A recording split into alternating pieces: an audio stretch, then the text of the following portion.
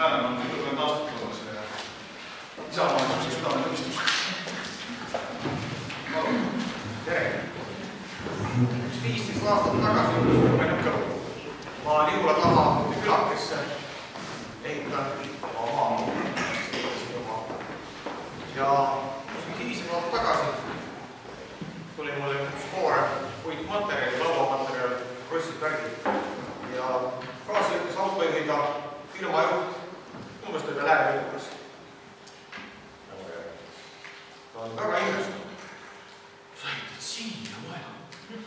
Tallinnas on läbi. Ma olen väga Tallinna Tartus. Mina ei näe midagi, mingisugust koduvägevat ilma edasi. Ja maadusega maad. Ja ega ta ei saa. No see on natuke isegi teine aeg. Praegu on asjad muutunud.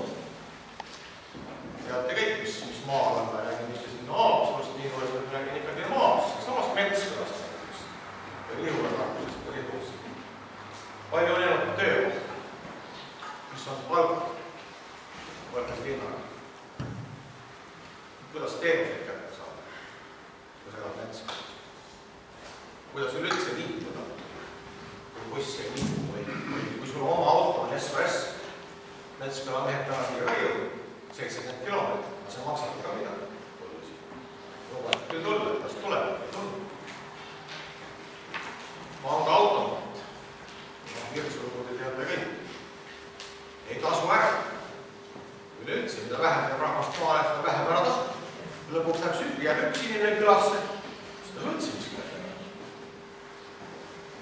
Ma olen praegu päris palju riiki liikunud, mitte ainult Läänemaal, vaid ka mujal. Mind on kõige rohkem vapustanud see, mis on, ma näen, järg Kesk-Eestis, Süda-Eestis, harimate põllumaade rajoonis piirkond. Jah, põllu on haritud. Võib öelda, et noor on põllumaad säilitud, põllu on haritud. Aga rahvast on väga vähe. On külasid, kus elab üks ainult inimene. Kus on külasid eelmine aasta eriti, enne suvel oli äärmiselt kurb moment, siin raske talv, majad kakkunud sisse, Kesk-Eestis Järva. Külas, mõnes külas ei ole enam üksikuudest. Ja nüüd, kui me võtame kõrvale Tallinna, siis ma vaatasin Tallinna linna elab lausa raharasvas. Ja raha kõigeks. Televisioon, linna ajalehti tasuta jagada, kõik trollid, trammid on neid täis. Pesamad palju, kus sa võtad lehed, eestikeelse, venekeelse. Jagatakse pensionäridel pensionilisa, lastel on igasugused toetused, lastega vanematel. Lasteaegad värgid on ikka vähemalt olemas kõik käiades. Kus on Metskõlas see lasteaeg? Heakene küll, kool on praegu olemas, aga paks seda. Kuigi, jah, täiesti hea kool ja võiks olla hea kool. Nii edasi. Ja nüüd lisaks siis kõigile muule tahab siis Savisaar teha linnatranspordi tasuta transpordiks. Aga seda ainult Tallinnast. Kui see maainimese läheb, siis tema peab ikkagi maksma. Vähestest veelitest. See Metskõla inimene sealt juba linna sõit maksab ei tea kui palju. Kurat, ta peab veel sealt kahvas sõitma. See on normaalne. Minu meelest küll ei ole. Minu meelest on Tallinn Eesti maa vereime. Eesti maa on verest tühjaks. Inimestest parimatest mõtletest võiks on tühjaks. Kes on selles süüd? Tekki küsimus, kes on süüd? Võib-olla kõik Riigikogu fraktsioonid, eelmised kõik Riigikogu liikmed, võib-olla kõik valitsused, mis on Eesti valitsused.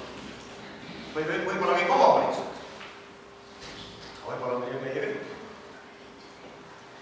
Üks põhjus, miks ma IRL-ist välja astusin, ongi see, et ma tunnen ka ennast süüdistest. Miks ma ei karjunud? Karra-au! Miks ma ei karjunud kogu aeg? Kui see niimoodi oli näha, et see nii läks. Tegelikult ma kõigi palju karjunud. Kui oli veel Isamaa, ei olnud IRL. Siis ma kirjutasin seal listis seda värki ja arutasin. Minu kõrik ei diskuteeri, ma vaatasin mingi hull, tema tahab linnast maale. Vaja on välimissuus. Nii et ma arvan, et ma olen mingil määral kõik süüdi. Ei ole kisadest. Ja see nii on. Võib-olla peaks tõstma. Ja nüüd me küsime seda, et mis siis edasi teha. Kas on veel rohtu või savit? Ma ei tea. Ma mõtlesin, et Metsküla meestega, et ma oleks täna küsinud, mis on nemad arvavad. Nemad läksid 35-40 aastat tagasi sinna, üks punt noori inimesi. Tegid seal lapse, nende lapsed olid Metsküla koolis, ja need lapsed kõik suureks saanud sealt ära ja nad miksi vanurid seal. Vanur Heiku istuvad seal. Mis asi? Ega seal enam lapsi ka eriti palju ei tule peagi 3-4 lasta. Praegu õpib Metsküla koolis Nihul laps, kui läheb sinna, see on nii hea haridus. Aga meil jääb 3-4, siis saa jälle kooli. Et minu arvates on ikka väga paljud asjad on üldse viltu selles mõttes, et meil on nagu seesama prioriteet on ikkagi see linnas, linnas on mingi õnnetus. Meie maa on niivõrd väike, kui me tahame minna kõrtsi või tahame minna kuskile teatrisse või kinosse, no mis see siis sõita on Tallinnasse, sa ei käi iga päev. Ma ei tea, mikspärast ei toimunud nii, nagu mina olen arvasin. Miks, et osa ettevõtted, siis kui see koloosikorb kõik kokku võetus, oleks tulnud osa ettevõtted tuua maale. Miks seda ei tegi? Riik ei ole seda kunagi soosinud, see on selge. Aga tegelikult oma valitsus oleks saanud seda ka üht-teist teha. Üks näide muide on. 10 aastat tagasi ma käisin Hiiumaal Emmaste vallas. Ja Emmaste valda oli loodud päris palju pisikesi ettevõtteid. Ja sellega oli tegelikult vallavanem eelkõige. Vallavanem on otsinud sinna igasugused ettevõtted. Need ettevõtted andsid mitte Emmaste valla rahvale tööd, vaid kogu Hiiumaa rahvale. Põhimõtteliselt mujal käidi ka seda tööd. Huvi pärast üle küsisid, et kas see kõik on kokku? Nad ütles, et Emmaste vallavanem, see ei ole enam see mees. See on hoopis teine mees. Aga ma küsisin, aga heakene küll, aga kas ettevõtted on alles? Kas tööd andas? Jaa, kõik on olemas. Tööd on piisav. Nii et see asi ikkagi toimub. Ja niimoodi oleks võinud ka mõned mujal minna. Aga ma olen inimesed valinud oma vald ette otsa. Ma olen vallavanem. Ma ei oska muud arvata. Ja te kõik küsite, et aga mis siis edasi teha? Mis teha üldse? Ma ei tea. Ega ma ei tea üldse. Võib-olla peaks hakkama kisadest kuidagi moodi tuleks seda suhtumist muuta. Et ainult Tallinn on see Eesti. Ainult Tallinn ei ole Eesti. Kui Tallinna tahab kuskile maale minna, siis varsti, kui oleks vaja, et mõni Tallinna suur boss maa jääks hätta. Nii jääks hätta, et ta tõepoolest mäletab selle vaja. Nii oleks vaja. Ja kogu tuleb organiseerida sellist. Ma oleks täna tahtnud just rääkida nende Metsküla meestega. Et aga siiski mõningane võimalus on ise midagi ära teha. Ja teakene küll, kui see vallavanem, tal on pool, tema saab oma raha kätte, katsub järgmine kord kah jälle võimule jääda, ja jälle. Ja niimoodi võiks see olla käia. Tema jaoks on kõik hästi. Tema ei pea muretsema sellepärast töökohta. Ma muide rääkima, ma olin Rihula volikogus, ma astusin sealt ka välja. Kui ma olin seal volikogus, siis ma pöördusin ühe kohaliku ettevõtte poole. Küsisin ta praegu käest, mida peaks vald tegema? Kuidas peaks vald siin abistama, et sa saaks tuua rohkem töökohta? Teate, mis see mees, ma ütles, ta oleks kole vihaseks. Ta arvas, et ma olen ilmselt hull. Temal ei ole seda vaja, et ta oleks rohkem töökohti. Tema on vaja, et ta oleks valida väga palju töötajad, potentsiaaltöötajad. Ja nendele siis maksta väga väikest palka. Mitte nii, nagu olen rääkinud ka mõne inimesel, kes on töötanud Eesti ennem sõda. Oma ajaloolas on asjade uurinud asju.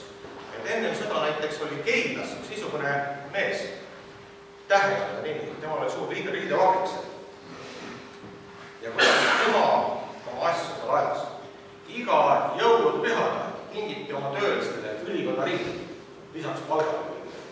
Neid töölisi hoiti nagu sitta vilpa peal, parimad töölised tõepoolest. Ja need töölised pidasid sitta väga lugusest neist. Mees muidugi 41. aastal on Siberis ja suri seal.